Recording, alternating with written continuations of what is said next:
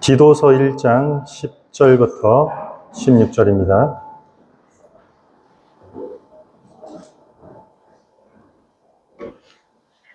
저희 여러분들이 한 절씩 교독하겠습니다. 불순종하고 헛된 말을 하며 속이는 자가 많은 중 할례파 가운데 특히 그러하니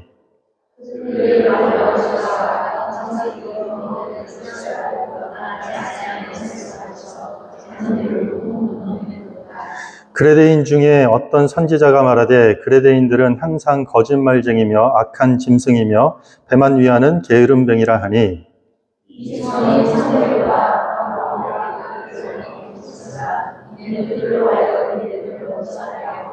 유대인의 허탄한 이야기와 진리를 배반하는 사람들의 명령을 따르지 않게 하려 함이라.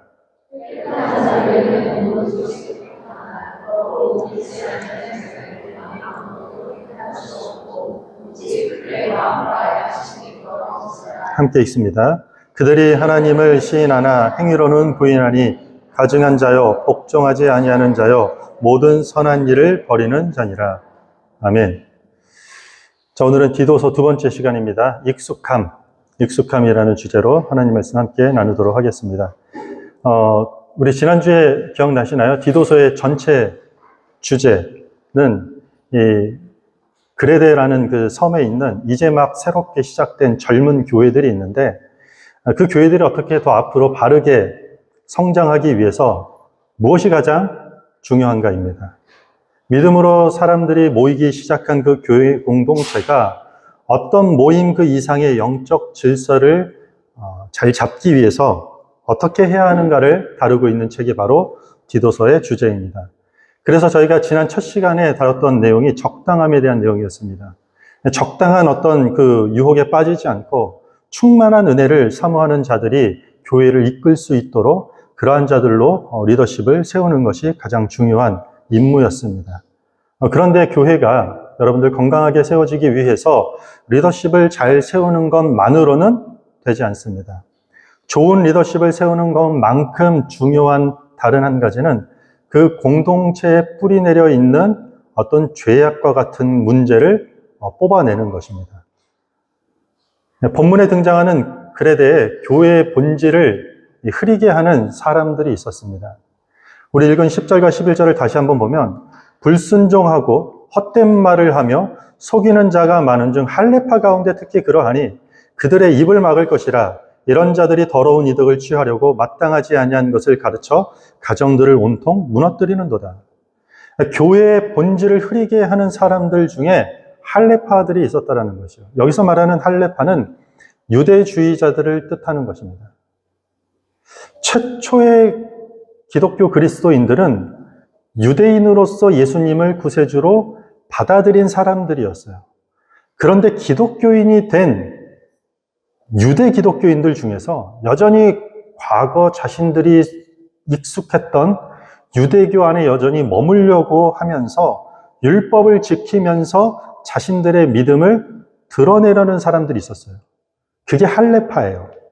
문제는 교회 안에 유대인 출신 말고도 이방인들이 오게 되겠죠. 그 이방인 기독교인들과 유대 기독교인들 사이에 어떤 긴장 관계가 생기기 시작했던 것입니다. 오늘 본문에서 얘기하는 유대 기독교인이라고 하는 즉 할례파, 이 사람들이 이방인 기독교인들이 교회에 들어왔는데 그 사람들의 신앙을 우리가 인정하기 위해서는 유대적인 삶의 방식을 그들이 받아들여야 하고 유대 율법을 지켜야 하고 우리와 똑같이 할례를 받아야 구원을 그들도 받을 수 있다라고 강조하기 시작했어요. 오늘 우리가 읽은 본문은 바울은 디도에게 당부하기를 이러한 할례파들의 입을 막으라. 발언권조차도 그 교회 안에서 울려 퍼지지 말게 하라는 것이죠. 그들을 엄히 꾸지라고 강하게 명령하고 있습니다. 아니, 다른 이방 종교의 율법도 아니라 우리가 믿고 있는 구약의 율법을 지키고 구약의 종교 전통인 할례를 받는 것이 무슨 큰 문제가 되겠습니까? 과연 그들의 입을 막고 엄히 꾸짖으면서까지 뿌리 뽑아야 하는 죄악의 문제까지 되는 일인지 오늘 살펴보도록 하겠습니다. 오늘 읽은 본문에서는요, 그 할례파들을 향해서 이렇게 평가합니다. 오늘 10절에 방금 읽었죠? 불순종하고 헛된 말을 하고 속이는 자들이다. 좋은 내용 하나도 없습니다. 최종건의가 말씀이 아니라 자기에게 가장 익숙한 전통이 곧 진리라고 주장하는 것입니다. 그리고 그 익숙함이 마치 진리가 되는 것 같이 말하고 사람들을 가르치고 주장하고 그렇게 공허하고 열매 없는 말들로 분열을 일으켜서 심지어 한 가정을 무너뜨리기까지 하는 일들이 생긴 것입니다. 할례파의 입을 막아야 하는 가장 큰 이유는 익숙함을 진리로 바꿔버렸기 때문입니다. 자신들이 익숙했던 어떤 그 익숙함을 마치 그것이 절대적인 진리인 것 같이 외치고 주장하고 그것을 따랐기 때문에 가장 큰 문제가 되었던 것입니다. 그렇다면 지금 여기서 지적하고 있는 할례파가 가지고 있는 문제는 단순히 구약의 율법을 지키는 수준이 아니라 오랜 세월이 지나면서 성경과 상관없는 전통들, 그것들이 만들어지기 시작했어요. 그러다 보니 성경과 상관없는, 성경에서 지시하고 있지 않은 율법들을 심지어 613개나 되는 불필요한 자기들만의 율법들을 만들어서 이방인들도 그것들을 다 지켜야지 구원받을 수 있다라고 적용시키기 시작했던 것이죠. 한마디로 자기들에게 가장 익숙한 것이 진리라고 주장하고 다른 사람들에게 강요하고 판단하고 정죄했던 것입니다. 그리고 그렇게 하지 않으면 심지어 뭐라고요? 구원받을 수 없다라고. 거짓 교훈을 했던 것입니다. 지금으로부터 약 20년 전쯤인 것 같아요. 한국교회 주일 저녁 예배를 없애느냐 아니면 오후 2시 정도의 예배로 바꾸냐는 것이 한동안 한국교회의 어떤 이슈였던 적이 있습니다. 주일 오전 예배만 남기고 저녁 예배가 사라지는 것은 신앙을 포기하는 것과 같기 때문에 절대로 주일 저녁 예배를 없애거나 주일 저녁 예배를 오후 시간으로 바꾸는 것은 타협할 수 없다라는 사람들이 상당히 많았습니다. 여전히 그런 교회들도 있죠. 주일 오전 예배를 드리고도 주일날 저녁 예배에 참석하지 않고 집에서 지금은 하지 않지만 개그 콘서트를 생방으로 봤다? 그러면 믿음이 없는 사람 취급을 받았던 적이 있었습니다. 한국교회가 오랜 세월 동안 주일 저녁에 예배 드리는 것이 익숙했기 때문입니다. 그런데 그 익숙함이 예배의 본질을 대체하게 되고 누군가에게 강요하고 누군가의 믿음을 판단하는 기준이 된다면 그때부터는 반드시 뿌리 뽑아야 되는 심각한 문제가 된다는 것입니다. 아니 그저 문제 수준이 아니라 그것이 죄악이 들어올 수 있는 틈을 마련하는 것만큼 해결해야 될 문제가 된다는 것이죠. 여러분들 한국교회 주일 예배의 성가대 머릿속에 그려지는 게 있습니까? 요즘은 조금 자유로웠지만 불과 20년 전까지 요즘에도 그런 교회도 있죠. 성가대 가운을 다 입고 우리 찬양단이 서서 찬양을 드립니다. 그런데 어떤 교회들이 이 성가대 가운을 입지 않고 찬양하는 교회가 생기기 시작했습니다. 각 교단이나 노회에서 난리가 났어요. 어떻게 성가대 가운을 입지 않고 그냥 일반 평상복을 입고 성가대가 찬양을 할 수 있는가? 지탄의 대상이 된 적이 있었어요. 그런데 여러분들 성가대 가운을 왜 입기 시작했을까요? 과거로 돌아가면 오래전에는 어려운 시절에 옷이 귀하고 잘 못 먹고 살던 시대에 다 낡은 옷을 입고 이 앞에 서는 게 우리가 좀 정성이 부족하지 않은가? 사람들에게 누구는 좋은 옷 입고 누구는 이 남루한 옷을 입고 있는 것이 이 비교 대상이 되는 것 같아서 아무도 그런 옷들에 대해서 신경 쓰지 말고 성가대 가운을 입고 마음껏 찬양할 수 있도록 하기 위함이었다는 것이죠, 시작이. 그러니까 오늘날 같이 여러분들 이렇게 멋지고 좋은 옷을 입고 다닐 때는 가운이 굳이 필요 없다는 것이요. 입어도 상관없겠지만 벗는다고 문제가 되는 건 아니라는 것입니다. 오랫동안 성가대 가운 입던 것이 익숙했기 때문에 그렇지 않은 것은 받아들이기 어려웠던 그런 교회들이 있었던 것입니다. 피아노와 드럼이 교회에 들어오는 게 힘들었던 시대가 있었습니다. 한국 교회 역사에. 핏대를 세우고 막 싸웠어요. 우픈 한국 교회 역사라고 할 수 있겠죠. 웃기지만 슬픈 역사죠. 어떻게 술집에서 연주하는 피아노나 드럼을 교회에 가지고 오겠느냐? 우리는 전통대로 오르간으로만 예배 드리겠습니다. 찬송가를 불러야지 주일 예배 시간에 어떻게 CCM, 현대 음악을 교회 예배 가운데 드릴 수 있겠냐면서 반대하는 사람들이 있었습니다. 그런데 여러분들, 17세기에 파이프 오르간으로 찬송가를 처음 예배에서 반주하기 시작할 때는요, 그것이 그 당시 최신 악기였고 최신 트렌드 음악이었다는 것이죠. 16세기까지는 그냥 교회 음악은 다 아카펠라였던 것입니다. 아카펠라로 찬양하는 것이 익숙했기 때문에 이런 교회 음악에 반대하는 사람이 17세기에도 있었다는 것입니다. 한국에 보면 교회 종탑 십자가가 빨간색이죠. 우리 많이 보면. 그런데 그 십자가 네온이 빨간색이 아닌 흰색 십자가를 세운 교회가 나타나니까 사람들이 어떻게 흰색 십자가를 세우지? 저 교회 이단이라면서 손가락질 했던 것도 있었습니다. 이처럼 교회는 오랜 세월 동안 익숙한 것이 옳고 익숙하지 않은 것은 잘못됐다라는 실수를 번복해왔던 것입니다. 우리가 이것을 인정하고 이런 부끄러운 역사를 되풀이하지 않도록 해야 되는 것이요. 그게 오늘 디도서 오늘 본문의 주제인 것이요. 무엇을 뿌리 뽑아야 되느냐? 그 지역에 팽배한 그 교회가 가지고 있는 독특한 그 아집과 죄성을 가지고 있는 불의함과 부정함의 그 익숙함을 다 깨뜨리라는 얘기를 하고 있는 것입니다. 교회는 물론 하나님의 말씀이 절대로 퇴색되지 않기 위해서, 복음이라는 것이 변질되지 않기 위해서 우리는 진리를 수호하고 지켜야 하는 공동체임이 확실합니다. 그러나 우리가 이 복음이라는 본질을 지키기 위해서 때로는 이 복음을 둘러싸고 있는 이 비본질적인 것까지 우리는 되게 본질이라고 착각하게 되는 경우가 많다라는 것이에요. 익숙한 것이 옳고 익숙한 것이 우리가 가야 할 길이고 마치 익숙함이 진리라는 그릇된 관점을 반드시 바꿀 필요가 있다는 것입니다. 12절에 보면 그레데인 중에 어떤 선지자가 말하되 그레데인들은 항상 거짓말쟁이며 악한 짐승이며 배만 위하는 게으름뱅이라 하니.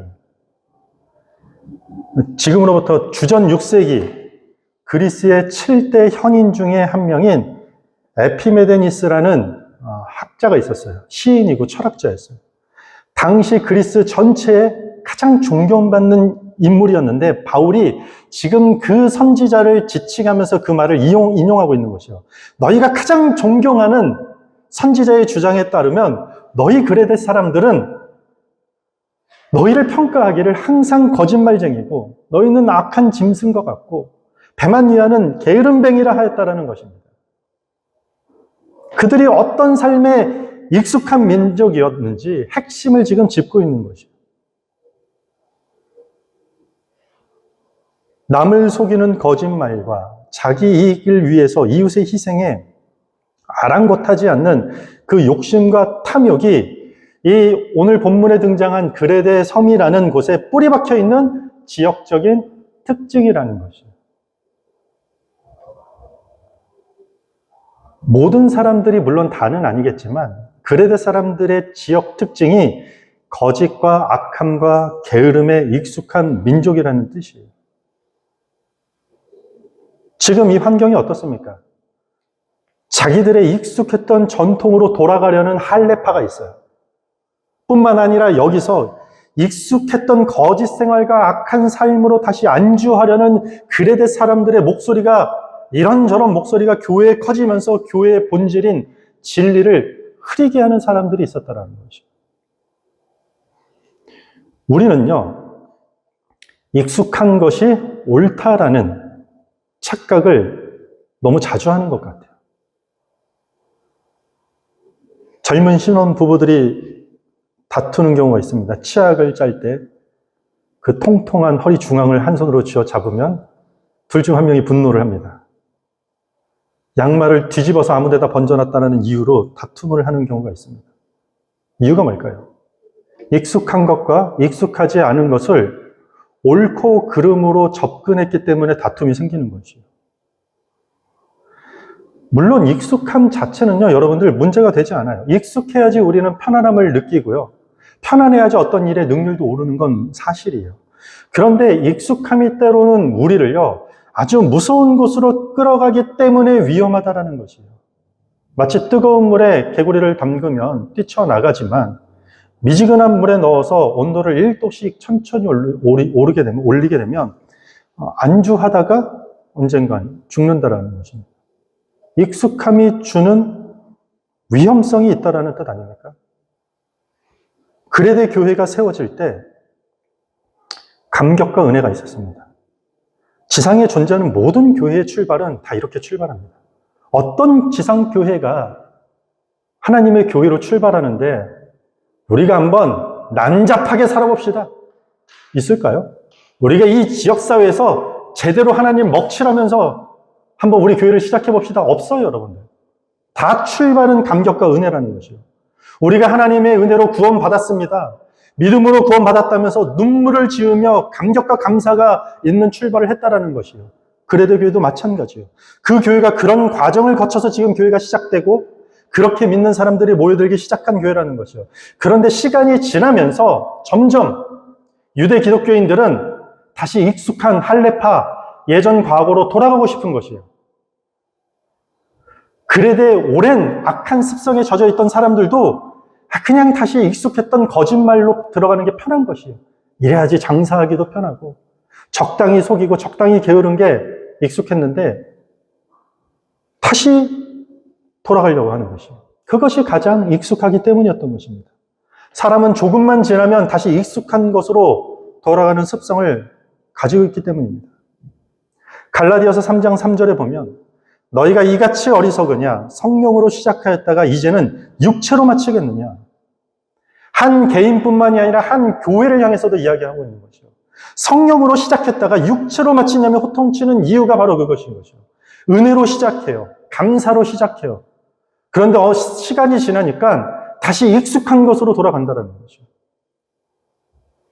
이단에 오랫동안 빠져있는 사람들이 힘들게 이단에서 나오게 되면 상당히 많은 확률로 다른 이단에 빠지는 경우가 많다고 합니다.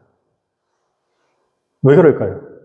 왜곡된 형태의 종교에 너무 익숙해져 있기 때문에 정상적인 교회는 낯설고 불편한 것이에요.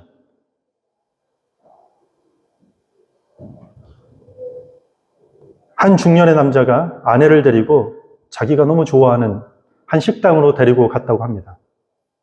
이름하여 욕쟁이 할머니 식당이랍니다. 들어가자마자 아내는 평생 들어본 적도 없는 육두문자를 듣고 너무 충격을 받아서 식당을 뛰쳐나옵니다.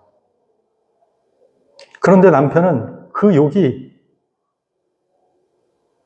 듣는 게 너무 좋다라는 것입니다. 왜냐하면 남편은 어린 시절 그런 대우를 받던 그 경험이 있었기 때문입니다. 비인격적이고 모욕적인 욕을 먹는 것조차도 익숙해져 있으면 우리는 막 돈을 주고 가면서도 욕을 먹는 습성을 갖고 있는 것입니다.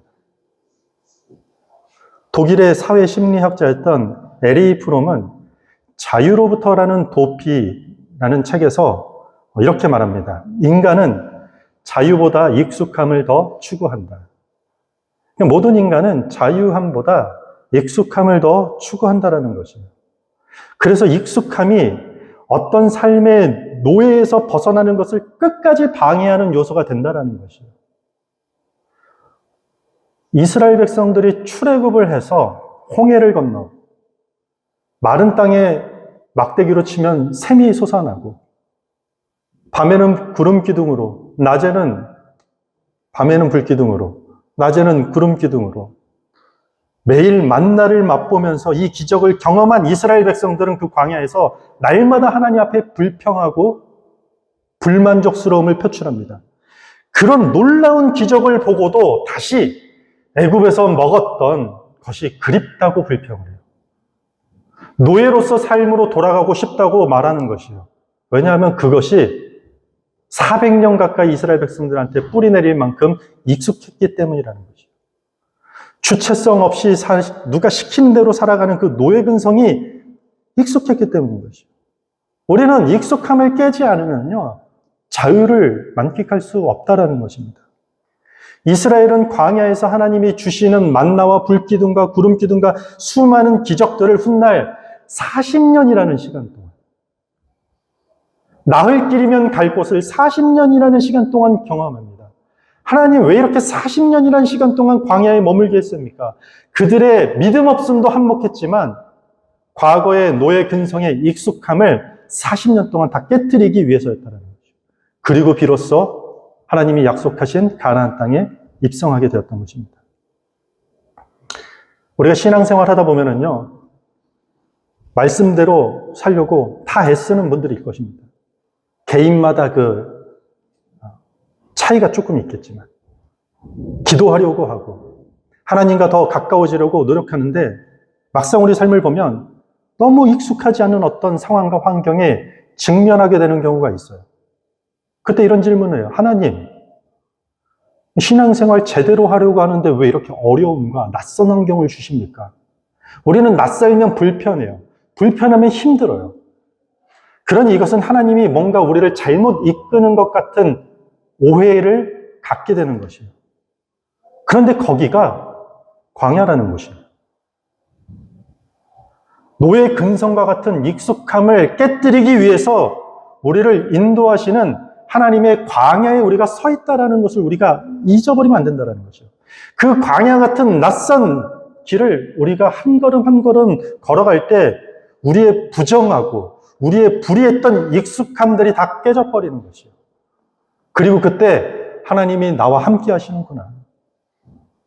그 불편함 속에서 하나님의 보호하심을 경험하게 되고 그 불편함 속에서 하나님의 인도하심을 경험하게 되는 것이에요. 그렇다면 우리는 스스로 물어야 될 것이 있어요. 나는 익숙함을 따라가는 사람인가? 아니면 나는 하나님의 진리를 따라가는 사람인가? 우리는 신앙생활에서 이것을 반드시 묻고 확인할 필요가 있다는 것입니다. 어떻게 확인할까요? 어떻게 확인할 수 있을까요? 우리 16절 여러분들이 함께 읽겠습니다. 시작!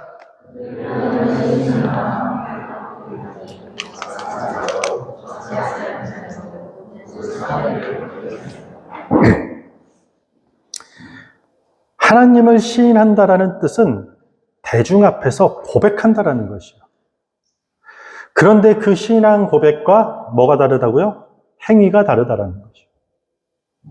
신앙 고백과 현실이 잃지 않는 것으로 우리 신앙의 현재 상태를 확인할 수 있다는 것이에요. 하나님을 체험해서 잘 안다고 우리가 아무리 떠들어댄다 할지라도 실제 행위로는 하나님을 위한 삶과 동떨어질 수 있기 때문인 것이에요. 수많은 종교인들이 그것을 반복하고 오늘날도 반복하고 있다는 것이에요.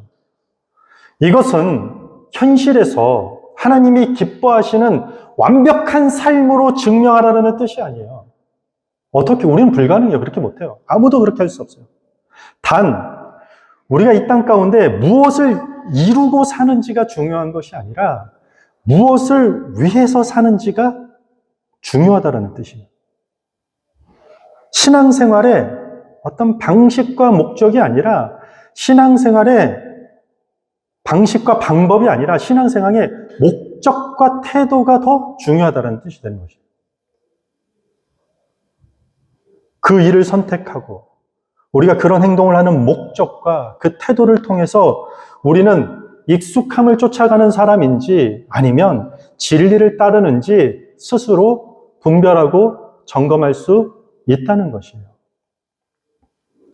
지금 그레데 교회의 성장과 영적 질서를 견고하게 하기 위해서는 그렇게 교회 안팎으로 퍼져 있는 죄악들의 익숙함이 교회에서만큼은 소리내지 못하게, 교회에서만큼은 더 번성하지 못하게, 교회에서만큼은 그런 것들이 뿌리내리지 못하게 뽑아내라라는 것이에요. 지금도 마찬가지입니다. 아무리 교회 문화와 교회 전통이라 할지라도 그것이 만약에 사람들의 편리성을 위해서 만들어진 익숙한 것들이라면 우리가 복음을 지키고 복음을 전하는 그 과정에서 때로는 바뀔 수도 있고 사라질 수도 있고 깨질 수도 있는 것들이라는 거죠. 우리가 붙들어야 하는 것들은 하나님의 진리를 붙들고 우리는 하나님을 붙들고 살아가는 사람들이지 익숙한 어떤 것들이 아니라는 것을 우리가 명심해야 된다는 거죠.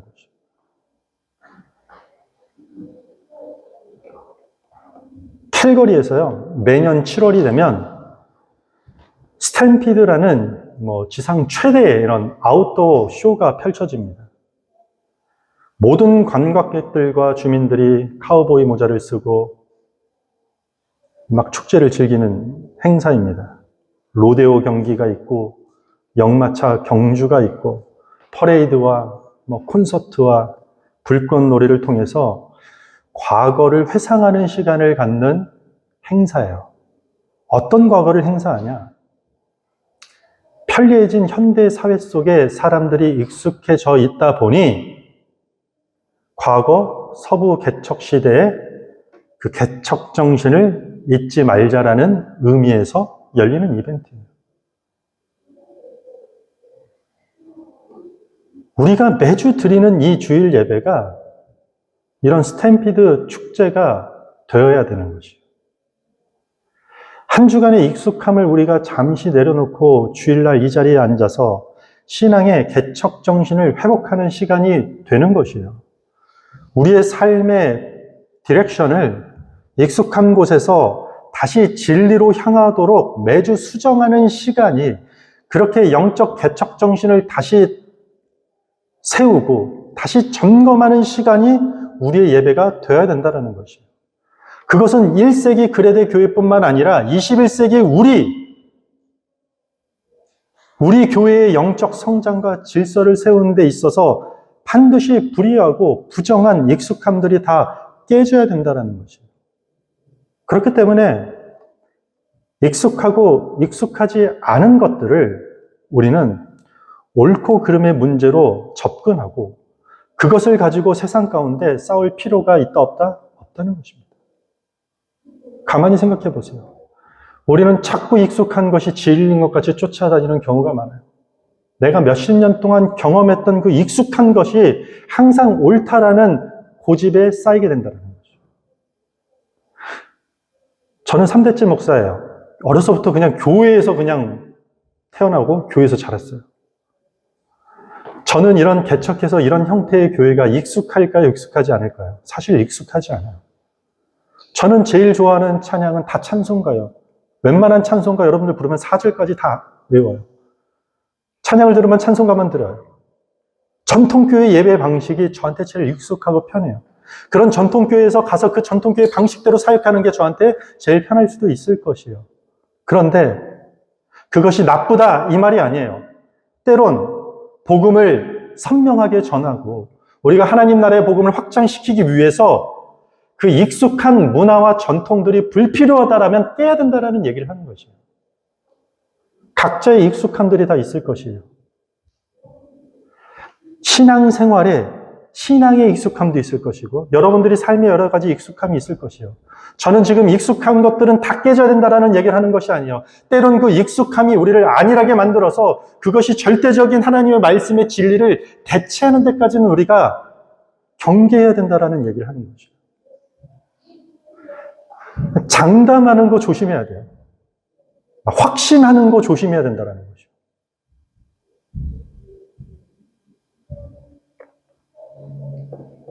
내게 익숙하다는 이유만으로 비본질적인 문제를 가지고 본질을 훼손시키고 그런 언행을 타인에게 강요하고 적용해서 그 사람은 옳다, 옳지 않다 비판하는 그런 자리에 절대로 서면 안 되는 것입니다.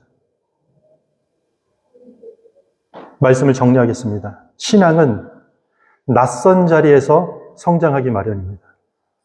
신앙뿐만 아니라 우리는 낯선 자리에서 우리는 항상 배우게 되는 것입니다. 성경은 우리를 가장 낯선 자리로 안내하고 있습니다. 성경을 읽으면 어떻습니까? 성경을 공부하면 어떻습니까? 얼마나 낯선 곳으로 우리를 끌고 갑니까?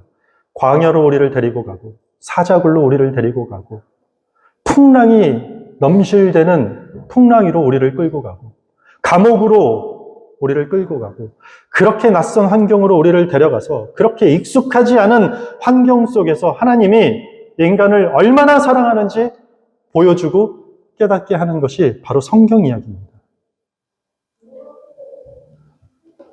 익숙한 자리를 박차고 나오시기 바랍니다.